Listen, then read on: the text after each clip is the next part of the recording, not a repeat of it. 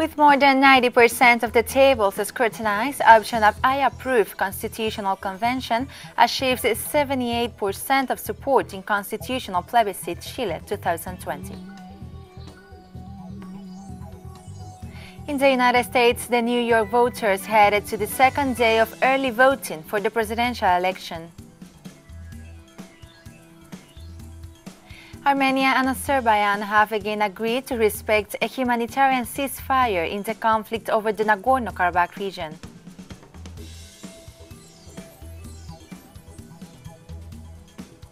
From the headquarters of TeleSUR English in Havana, Cuba, this is From the South. I'm Laura Palmeiro.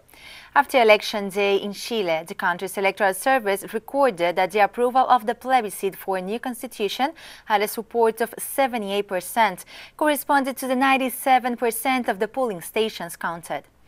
The count in Chile revealed that 79.13% of the population prefers that the agency that governs the creation of the new constitution will be a constitutional convention against the mixed convention, which had a 20% intention of vote.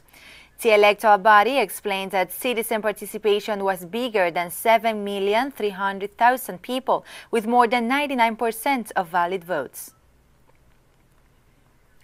Likewise, the count of Chilean citizens abroad also reflected a balanced sheet in support of the plebiscite, with 86% of a total of 68.98% of the tables counted outside the country, of which 79% preferred the body responsible for drafting the constitution to be a constitutional convention.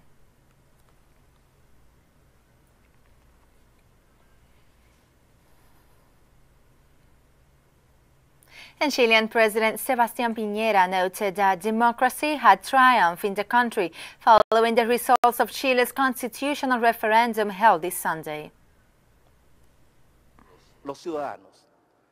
The voice of all Chilean citizens has been listened with the same force, and each vote has had the same value. Today it has triumphed citizenship and democracy. Today it has prevailed unity on division and peace on violence. And this is a triumph of all Chileans who love democracy, unity and peace, and without a doubt, this triumph of democracy should fill us with joy and hope. We Chileans have demonstrated that dialogue is more fruitful than intolerance, that collaboration is more powerful than confrontation, and that hope is more inspiring than fear. This referendum is not the end.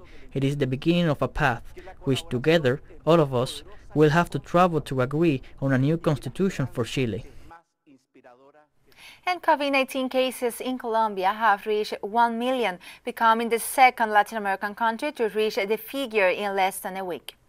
Colombian authorities have reported that the country continues to record around 8,000 new infections a day, even though there has been a slow decline of newly confirmed cases since August. Colombia imposed a 6-month lockdown to reduce the spread of the virus, and nearly 13,000 have so far died from the disease. Latin America has been hit particularly hard by the pandemic due to weak public health systems, social factors like poverty, and poor government decisions.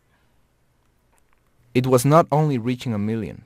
We are certain and we are afraid that what is coming is going to be worse. The number of hospitalized patients is going to be larger. If we had any deficiency before, if we had to increase the number of intensive care units, the number of ventilators and ICU beds, what is coming next, all is still going to be insufficient. And thousands of Mexicans have rallied in Mexico City to show support for the government. They marched from the Independence Monument to the capital's main square in a rally dubbed the March of the Million People. They denounced an anti-government movement which has stationed itself outside the offices of the president. Anti-government protesters said they are not satisfied with the way President Andrés Manuel López Obrador have been handling the coronavirus pandemic. We came to support our President Andrés Manuel López Obrador. We came to support him because now we do have a president. Never before did we have a president. They never knew we existed. And after 7 months of confinement in Panama, small groups of people arrived on Saturday at beaches both in the Caribbean and the Pacific. Panama announced this week the opening of its beaches to the public as of Saturday and the lifting of the absolute quarantine on Sunday, in effect since last March.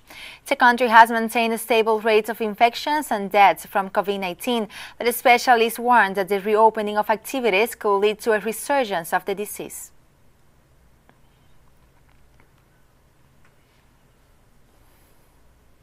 On Sunday, President Nicolás Maduro announced that Venezuelan researchers and scientists found a drug that completely eliminates the novel coronavirus without causing any negative side effects to patients.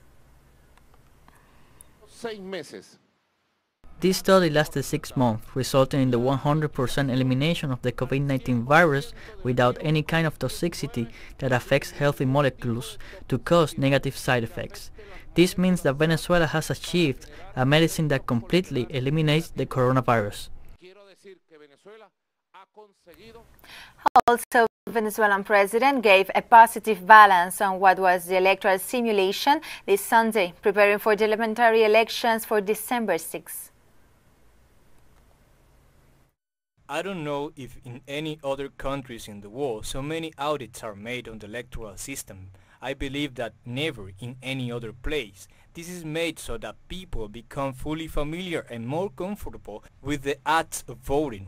I saw the statements of the people who went to vote, declarations of faith, optimism, certainty in the future in Venezuela, confidence in democracy, in freedom. There is the people of Venezuela given the first sign of what will be the great process to renew the National Assembly on next December 6th.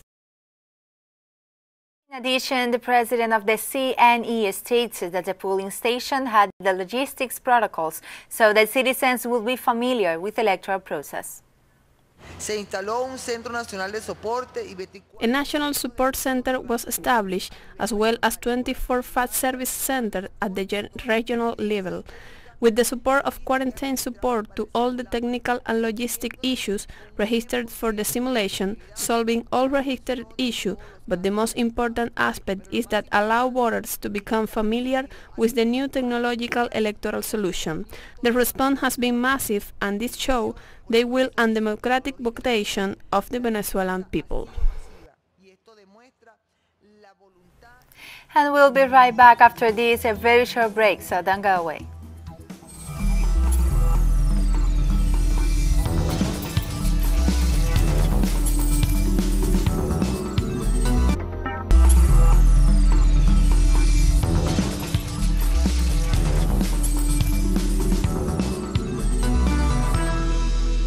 Welcome back to From the South. In the United States, the New York voters headed to the Barclays Center in Brooklyn in the second day of early voting for the presidential election. A long line stretched along 34th Street and then onto 7th Avenue in the first day of early voting in New York, as people calmly waited to enter the specially organized polling station in the Madison Square Garden arena. Meanwhile, in California, the early voting continued for the second day. On October 30, the county will open 650 more voting stations. A wide range of public venues are serving as polling centers this year, whose open spaces make social distancing easier while accommodating more voters.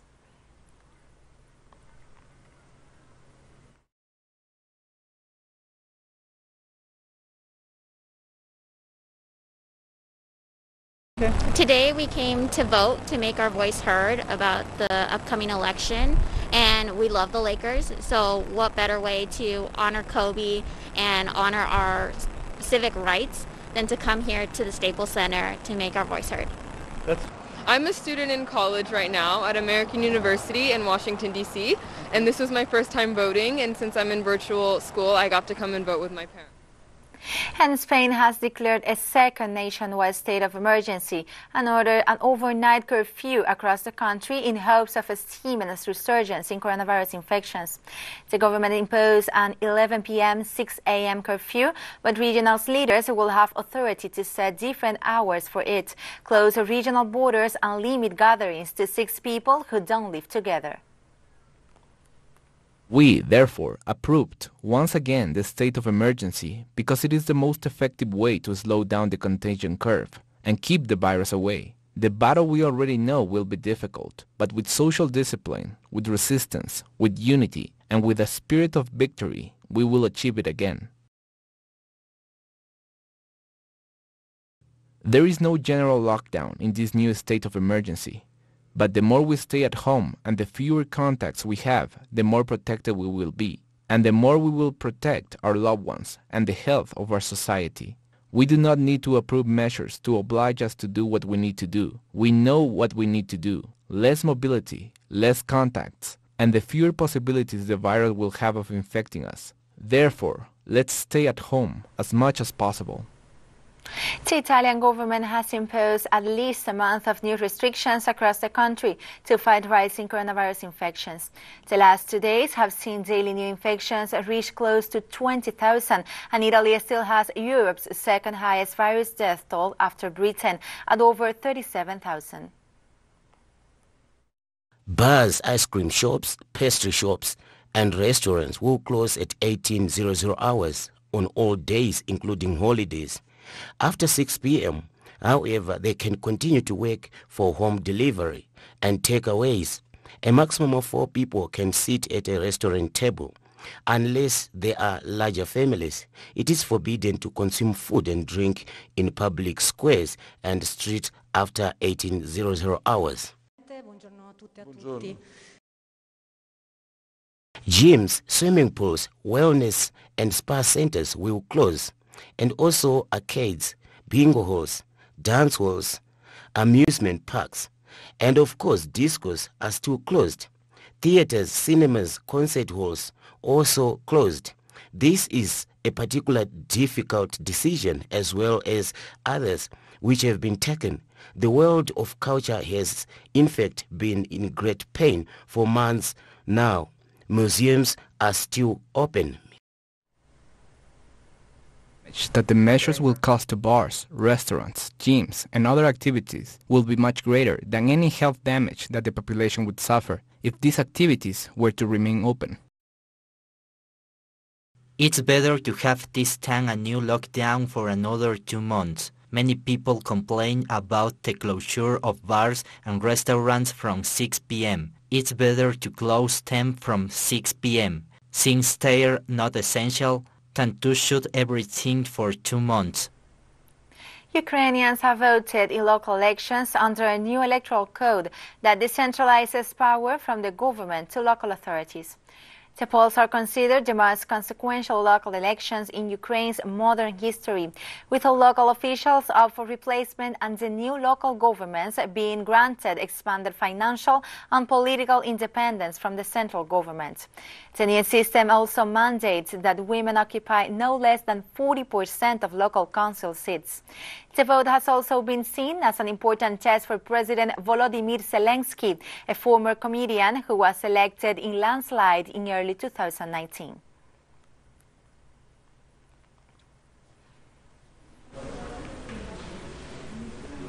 Thousands of protesters in Thailand have gathered again in Bangkok to keep pressuring the government.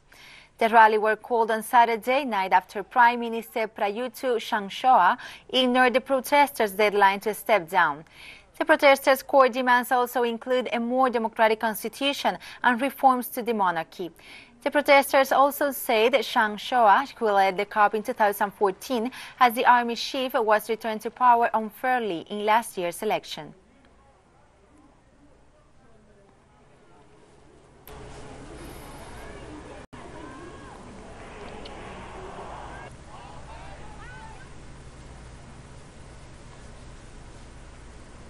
Three people have gone missing after a Russian oil tanker was damaged by an explosion in the Sea of Azov. The Russian emergency minister said the explosion on the General Asi Aslanov took place on Saturday as the tanker was en route from the port of Kavsak to the port of Rostov-on-Don. Authorities said 10 members of the tanker's 13-person crew have been rescued, while the remaining 3 were believed to have been thrown overboard by the blast. The tanker has stabilized and was towed to the nearby port. An official said the tanker was unloaded and the explosion may have been triggered by the flammable vapors left behind from the vessel's previous cargo. The search and rescue operation is currently underway. Throughout the night, we used helicopter and 7 vessels as part of the research and rescue operation. For the people who found themselves overboard, altogether we searched through around 400 square kilometers without results. Now, with the coming of daylight, we're continuing to use 6 vessels and have expanded the research area.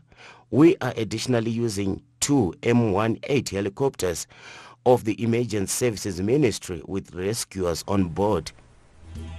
And we'll take a final short break now, so stay with us.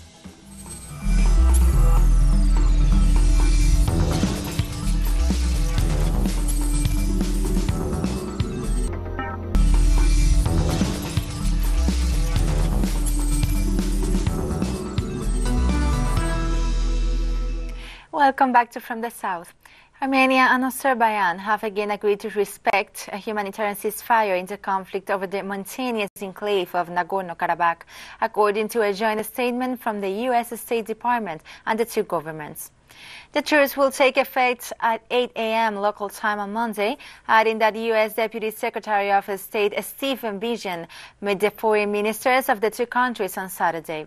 In a separate statement, the OSCE's Minsk group, formed to mediate the conflict and led by France, Russia and the United States, said its co-chair and foreign ministers would meet again on October 29 to discuss the Nagorno-Karabakh issue.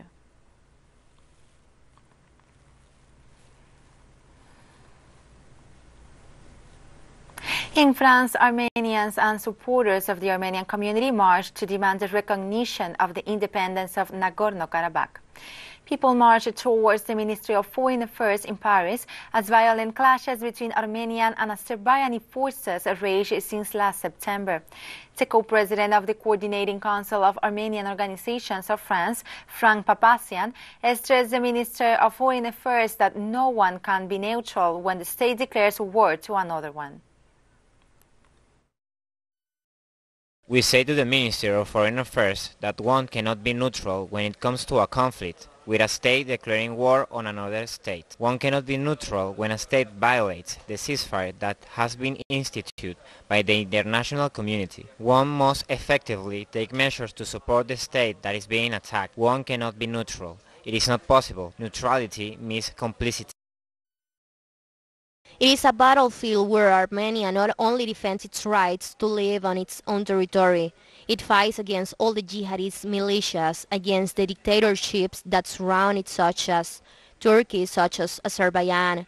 It is the only democracy that defends the rights and defends universal rights, such as security, such as the right to live in security on their land, on which they were born, on which they have lived, on which they have built with their own hands, with the sweat of their brow. Egyptians on Sunday trickled into polling stations on the second day of voting in parliamentary elections amid a slight uptick in daily recorded coronavirus cases.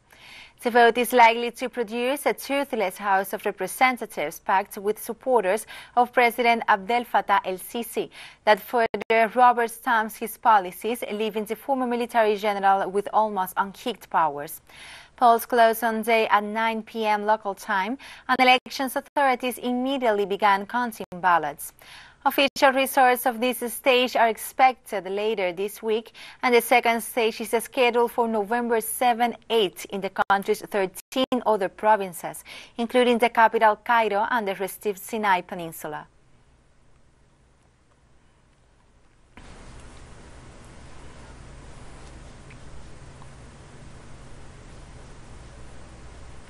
Thousands of Iraqis have gathered in the capital Baghdad to mark the first anniversary of the revolt against the government. Protesters say the ruling class has failed to deliver basic services to the people and is also plagued with corruption. About 600 protesters were killed and 30,000 wounded in clashes with security forces across the country last year. This was before the movement launched last October lost momentum on the ground to the halt due to the coronavirus pandemic. Protesters said they would ramp up their demands this year and rally at the high-security Green Zone, where government offices are located. October 25, 2020. It's been a year since the October Revolution. We still want a nation, and to get the corrupt out of the government and to find out who are the murderers of the protesters. The Southern Africa Development Community leaders have renewed calls for the removal of sanctions imposed on Zimbabwe by the United States. During a summit held in Tanzania, the Zimbabwean government and other SADC members, states declared the 25th of October as an anti-sanctions day. Several protests have been held across Southern Africa to call for the lifting of the economic embargo on Zimbabwe imposed by U.S. in 2002, following the country's land redistribution program. The sanctions target government officials and the country's key industries. Special appeal for an end to the economic and commercial as well as financial embargo against Cuba, sanctions against Zimbabwe and Sudan. In this regard, we wish to add our voice in calling for the unconditional removal of sanctions on Zimbabwe. In Tanzania, Zanzibar political parties have wrapped up campaigning ahead of Wednesday's presidential elections. Tens of thousands of ruling party supporters rallied outside the capital's town for their last rally, while opposition parties also held their last rallies in other parts of the island. Zanzibar's President Ali Mohamed Shein is stepping down after serving 2 terms, and he will be replaced by Hussein Ali Hassan Mwinyi, son of former Tanzanian President Ali Hassan Mwinyi. Zanzibar is a semi-autonomous archipelago ruled by Tanzania. We expect a big change in the economy and employment because the candidate has told us that it is among his priority areas if he is elected president. And actually,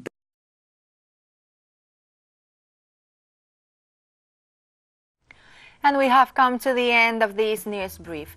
Remember, you can find these and many other stories on our website at telesurenglish.net. Remember to join us on social media, Facebook, Twitter, and Instagram. For TeleSUR English, I'm Laura Palmeiro. Thank you for watching.